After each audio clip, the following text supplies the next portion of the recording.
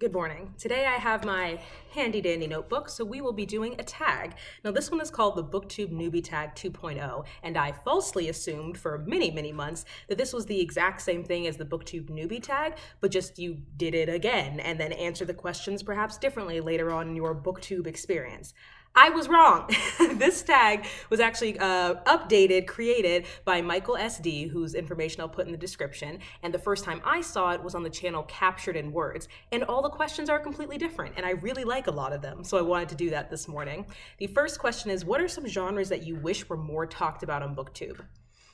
Now, I don't actually know if this counts as an independent genre, but I would really like it if more people read and talked about anti-racist nonfiction. Now, there are folks like Books by Lanes and A Sunny Book Nook who have some really great anti-racist nonfiction recommendations, but in general, when the conversation of race comes up on BookTube, I find people are much more likely to go to fiction.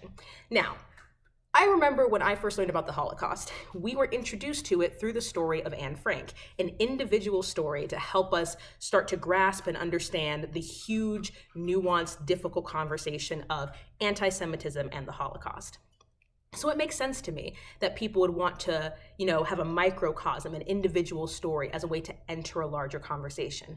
However, when your anti-racist education begins and ends with the hate you give, what is you doing? Like, I've read that book. I enjoy it. I identify with the main character Star a lot because she's a Black girl who grew up in a predominantly white neighborhood. Not neighborhood. She grew up in a predominantly white schooling system. And I know what that feels like to have to code switch and go between multiple worlds. And if you're unfamiliar with the book, she unfortunately witnesses the murder of one of her friends by a police officer. So she's dealing with her own interpersonal stuff when it comes to race and racism and bias. But now she's thrust into this larger conversation. I think it's a really solid book, but I do not think that is where an individual's anti-racist education should begin or end. Not all nonfiction books are dry and boring. Not all nonfiction books have very, highbrow academic language. There's a lot of range, a lot of variation, and if you are someone who wants to enter into this big conversation through an individual lens, there are tons of great biographies, autobiographies, and memoirs that are a place to start. So that is something that I wish I saw more of on BookTube. The second question is, what is the best way to make friends? And perhaps I should have skipped this one because I don't actually know if I have any BookTube friends yet. There are a couple people who have commented on my channel a lot. I've commented on theirs, and we've had some conversations that go beyond books, which I'm very grateful for. But to me, to be someone's friend, that's a word I put a lot of respect on, I put a lot of weight on. So I wouldn't want to presume that we are at that level yet. However, commenting and watching other people's videos, I feel, is the best way to connect with folks. And I also think it's important to try to find people who are kind of at your same level. And when I say level, I don't mean subscribers. I say level in terms of, what are you most interested in? What kind of books do you read? Based on the way they show their personality on camera, is that someone that you think is going to resonate with you? There are people who have way more subscribers than me and people who have way less subscribers than me, whose content I really enjoy, who I comment, when I comment, I try to do so sincerely and succinctly, even though sometimes I, get into it and leave like a whole essay. And that's just the way that I've interacted with people, and that's the way they started interacting with me. I'm not a part of any other social media, like I don't have a Bookstagram or Book Twitter or something like that. So I've heard a lot of good advice from people who have connected with folks on those platforms. I don't really have any to give on that regard. I would just say be involved in the community, be engaged, watch content that you genuinely like, leave comments that are real and are not self-promotion or are trying to be like, hey, look at me, get attention from someone that probably is not going to see it simply because they have so many thousands of subscribers. I just think that entering and operating in online spaces in a similar way you would enter and operate into a real world space when meeting strangers is a pretty good metric. But again, I'm not someone that has like a bunch of BookTube friends or, a group chat or anything. So perhaps I am not the best person to answer this question, but so far, those have been the ways that I've connected with people that I've really enjoyed talking to. The next question is, what do you enjoy most making about BookTube videos? And I am going to say unequivocally editing, which is why it's so funny to me when I hear people talk about how much they dislike editing. I find the filming process to sometimes be fun, but also stressful because, you want to make sure you're saying the right thing. You want to say it in the right way. You realize that the door is open, the cat runs across the screen. Oh, my shirt's doing something weird. I don't I don't feel super comfortable all the time filming. Sometimes if I'm like really into the subject, I can forget that there's, a phone or a computer in front of me. But editing feels like the moment where I can put it all together, add the titles and the photos and the book covers, and like I'm all cuddled up on the couch with a blanket and I'm just like, with the laptop, just, editing. I really enjoy that. And I like watching it all back when I'm finished and feeling like I made something, like I did it.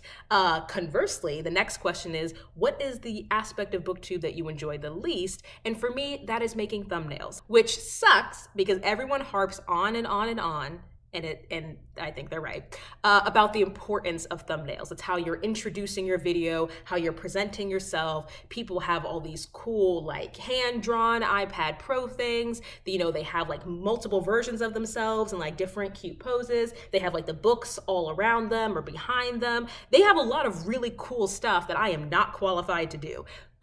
And I don't really want to learn how to do it, at least not right now. I make all of my thumbnails on PicMonkey. I'll just take a screen grab from the video, or I'll try to take like a little cute selfie, but I just feel so awkward doing it. I don't really enjoy the process. And to me, once I've filmed the video and edited and, added little cards and wrote the whole description, when I have to pick a thumbnail before it goes up, it's just like I'm annoyed. If I could outsource my thumbnails, I absolutely would, but hey, it's part of the game, so I get used to it. The next question is, what videos besides wrap-ups, recommendations, TBRs, and hauls would you like to see more of? And I would really like to see more discussion videos. I have really enjoyed Cindy's series, Cindy's 2 videos about whitewashing books or when white authors poorly write POC characters. I really enjoyed Books by Lanes and Books Are My Social Life's videos about how US-centric BookTube can be. Even when we do talk about BookTube consumerism, which how tired I am of that conversation, there are some videos that I think are really good and nuanced. And these are people who seem willing to share information that they're still processing, share their opinions that are in flux, and invite conversation. I really like that. And I wish I could do more of that, or I wish I felt comfortable doing more of that. I think our platform could benefit from more discussion videos, especially discussion videos where people are comfortable saying that they don't have all the answers, that they don't know everything about this topic, and they're actually looking for a genuine, mature dialogue. The next prompt is, what are some themes you would like to see more of in books and less of in books? This one is really quick. I would love to see more found families in books, but found families that focus on platonic relationships. It totally makes sense to me, whether you're going for like a classic like Peter Pan and the Lost Boys, whether you're going for something very modern like Six of Crows, that there would be some romantic tension in those groups. But I just really wish that there were more opportunities for platonic relationships, people to find each other and create value and intimacy among them without a romantic side. And another thing that I want to see less of is love triangles.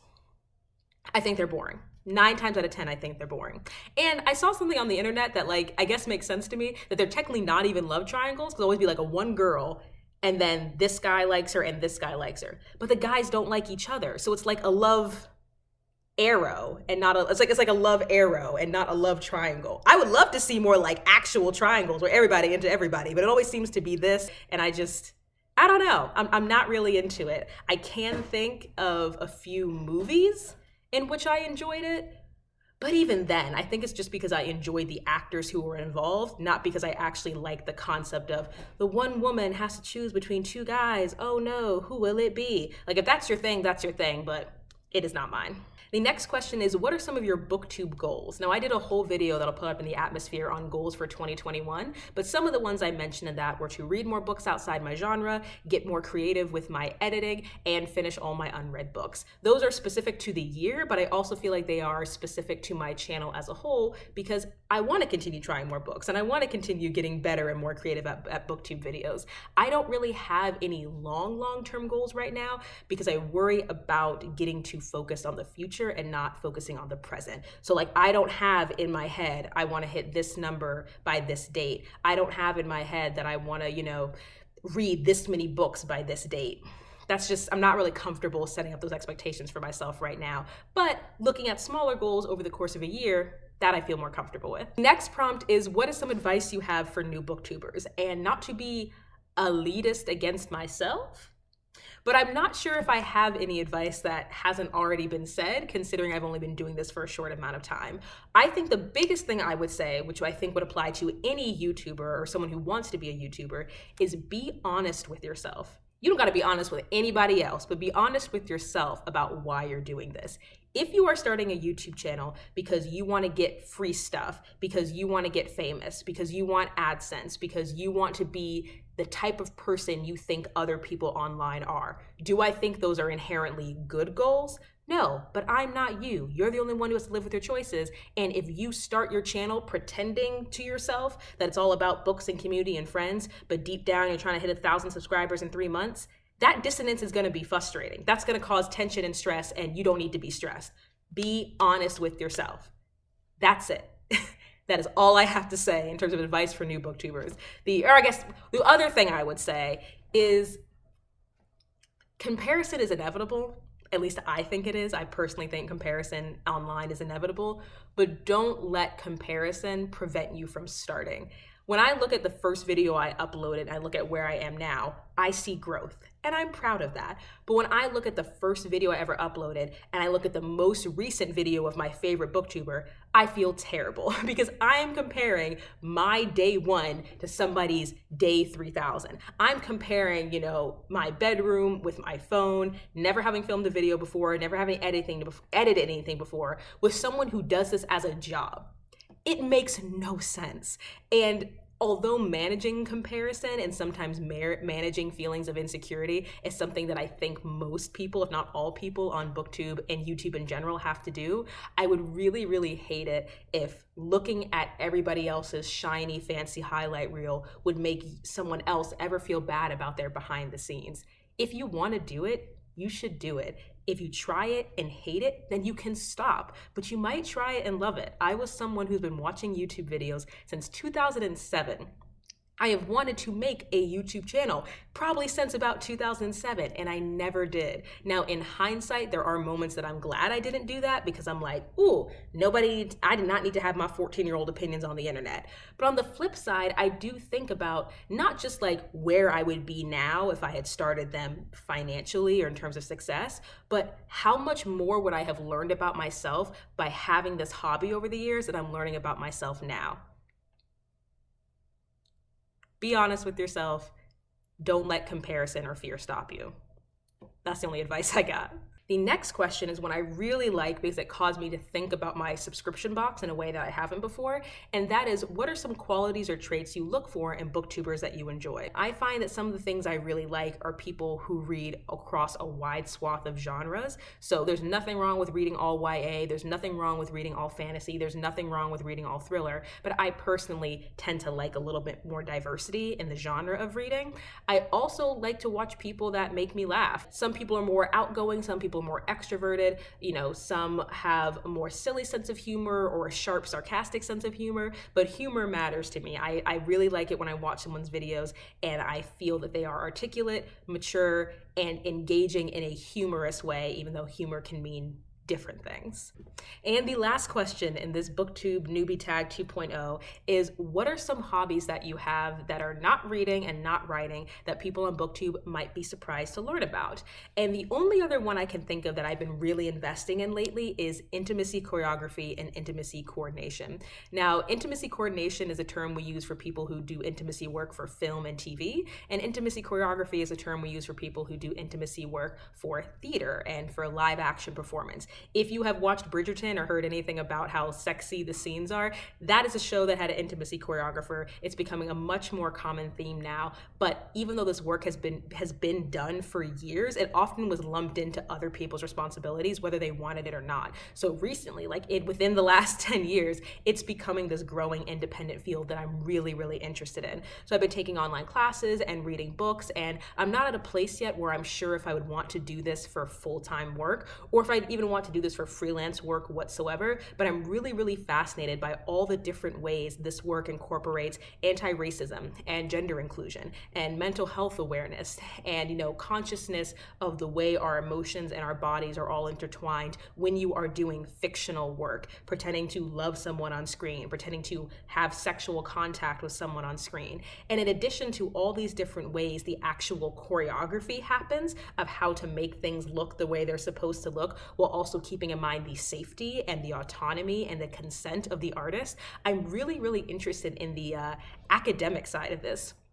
There have already been people who've been studying intimacy choreography, coordination, and work as it relates to race, as it relates to gender. As y'all know, I'm currently getting my grad degree in religion, and sexuality in religion is a huge contentious topic, but intimacy as separate from sexuality, because not all intimacy work is inherently sexual, is something I don't know as much about. So I'm really, really fascinated by the subject, and whether it becomes something that I build my practical skills in and end up doing for work, or something that I use this information I'm learning to apply to my studies in a more theoretical sense, I'm very, very fascinated with intimacy work overall. So thank you to Michael SD for starting this tag, and also thank you to Caption in Words for posting about it that allowed me to find it. That was the last question on the BookTube Newbie Tag 2.0, and as always, I hope you have a good day.